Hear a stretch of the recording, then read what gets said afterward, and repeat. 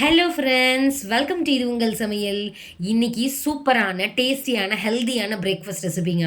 பார்த்திங்கன்னா எப்பயுமே ஒரே மாதிரி பொங்கல் அப்புறம் உப்புமா அப்படின்னு செய்யாமல் இந்த மாதிரி ஒரு தடவை செஞ்சு கொடுங்க. ஹெல்த்துக்கும் ரொம்பவே நல்லது. கண்டிப்பாக அந்த மாதிரி நீங்கள் செஞ்சுருக்கவே மாட்டீங்க. நீங்கள் எப்படி செய்வீங்க அப்படின்னு சொல்லிட்டு அதையும் கமெண்ட் பண்ணுங்கள். சரி வாங்க, டைம் வேஸ்ட் பண்ணாமல் ஹெல்த்தியான பிரேக்ஃபாஸ்ட் எப்படி செய்யலான்னு பார்த்துடலாம்.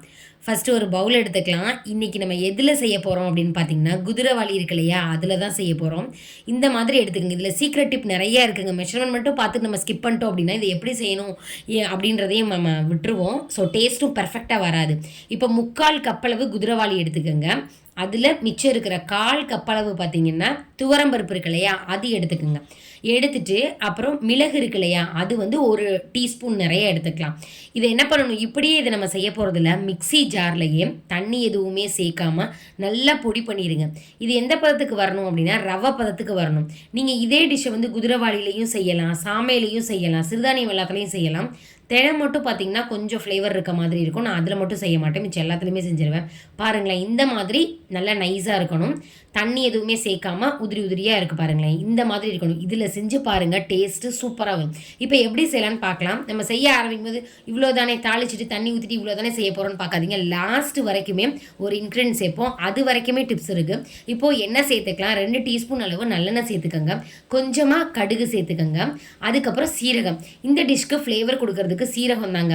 அதுக்கப்புறம் பார்த்தீங்கன்னா உடச்ச பருப்பு இருக்கு இல்லையா, அதை சேர்த்துக்கலாம். தாளிப்பு பருப்புன்னு சொல்லுவோம், அந்தது நல்லா வதக்கிட்டு காரத்துக்கு 2 மிளகாய் தூள். ஏற்கனவே நம்ம மிளகு சேர்த்துருக்குறோம். மிளகோட ஃப்ளேவர் டிஷ் ஃபுல்லாகவுமே இருக்கும். சாப்பிட்றதுக்கு ரொம்ப அட்டகாசமாக இருக்கும். கருவேப்பிலையும் சேர்த்துக்கோங்க. இதில் எதையுமே ஸ்கிப் பண்ணிடாதீங்க. அப்போ தான் டேஸ்ட்டு உங்களுக்கு பர்ஃபெக்டாக கிடைக்கும். இப்போ நல்லா வதக்கி விட்டாச்சு. இப்போ என்ன பண்ணிக்கணும்னா, இதில் வெங்காயம்லாம் எதுவுமே தேவையில்லைங்க. இதில் தண்ணி சேர்க்க போகிறோம். நீங்கள் எந்த கப்பில் மெஷர் பண்ணிங்களோ அதில் 2.5 கப் அளவு தண்ணி சேர்த்துக்கிறேன். சாதத்துக்கு நம்ம எப்போயும் சேர்ப்போம் இல்லையா, அந்த மாதிரி தான். உங்களுக்கு இன்னமுமே கொஞ்சம் வேணும், குலைவாக வேணும் அப்படின்னா இன்னும் கொஞ்சம் தண்ணி கூட நீங்கள் சேர்த்துக்கலாம். உப்பு சேர்த்துட்டேன், அப்புறம் பெருங்காயத்தூளும் சேர்த்தாச்சு. நல்லா மிக்ஸ் பண்ணி விட்டதுக்கு அப்புறமேட்டி நம்ம என்ன பண்ணிக்கலாம்னா, கொஞ்சம் கொதி வரட்டும். இதை அப்படியே போய் கொட்டணும்னா அப்படியே கெட்டி ஆயிரும். இப்படி போட்டுட்டே மிக்ஸ் பண்ணி விடணுங்க.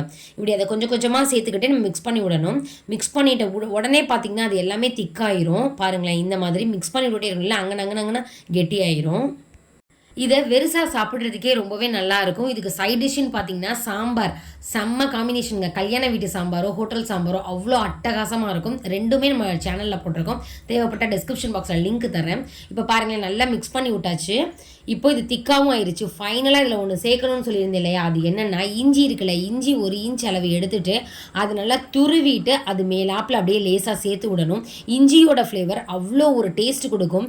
எப்பயுமே அரிசியில் பொங்கல் செய்வோம் நம்ம, அதே மாதிரி ரவையில் உப்புமா செஞ்சுருப்போம், அதெல்லாம் நம்மளுக்கு பிடிக்கும். ஆனால் சிறுதானியத்தில் செய்யும் பொழுது ஏதோ ஒரு ஃப்ளேவர் நம்மளுக்கு பிடிக்காமல் இருக்கும் இல்லையா, அது எதுவுமே இதில் இருக்காது. டேஸ்ட்டு ரொம்பவே நல்லாயிருக்கும். நம்ம ஸ்டார்டிங்கில் சேர்த்த மிளகாய் இருக்கட்டும், இப்போ சேர்த்த இஞ்சி, இது எல்லாத்துக்குமே இந்த டிஷ்க்கு நல்ல ஒரு ஃப்ளேவர் கொடுக்கும். பாருங்களேன், இந்த மாதிரி இருக்குது. இப்போ இது ஒரு குக்கர் அப்படியே மூடி போட்டு இதை மூடிடலாம். ஒரு 1/4 மணி நேரம் நல்ல லோ ஃப்ளேமில் இதை வச்சுக்கோங்க. சப்போஸ் நீங்கள் இன்னும் குலைவாக வேணும்னு எதிர்பார்த்தீங்கன்னா 1/2 டம்ளர் தண்ணி ஊற்றிட்டு நீங்கள் விசில் கூட வச்சுக்கலாம். நான் கரெக்டாக இருக்கணுன்றதுனால மூடி மட்டும் தான் போட்டிருந்தேன். பாருங்களேன், இந்த மாதிரி இருக்குது. பிளேட்டுக்கும் ட்ரான்ஸ்ஃபர் பண்ணிடலாம். கல்யாண வீட்டு ஸ்டைலில் சூப்பரான சாம்பார் ரெசிபி தான் இன்றைக்கி பண்ணியிருந்தேன், காயெல்லாம் சேர்த்து. இதுக்கு பெர்ஃபெக்ட் காம்பினேஷனாக இருக்கும். அது மட்டும் இல்லாமல் தேங்காய் சட்னிங்க, செம்ம டேஸ்ட்டில் ஒரு ஹெல்த்தியான ரெசிபி. நீங்களும் ட்ரை பண்ணி பாருங்கள். கல்யாண வீட்டு சாம்பார் செய்யணும்னு நினச்சிங்கன்னா லிங்க் டிஸ்கிரிப்ஷன் பாக்ஸில் கொடுக்குறேன், அங்கே போய் பாருங்கள். இந்த ரெசிபியை உங்கள் ஃப்ரெண்ட்ஸ் அண்ட் ஃபேமிலிஸ் கூட ஷேர் பண்ணுங்கள். பிடிச்சிருந்துச்சுன்னா லைக் பண்ணுங்கள். அப்புறம் சப்ஸ்கிரைப் பண்ணலைன்னா சப்ஸ்கிரைப் பண்ணுங்கள். இது உங்கள் சமையல். இதே மாதிரி இன்னொரு இன்ட்ரெஸ்டிங்கான வீடியோவில் பார்க்கலாம். தேங்க்யூ.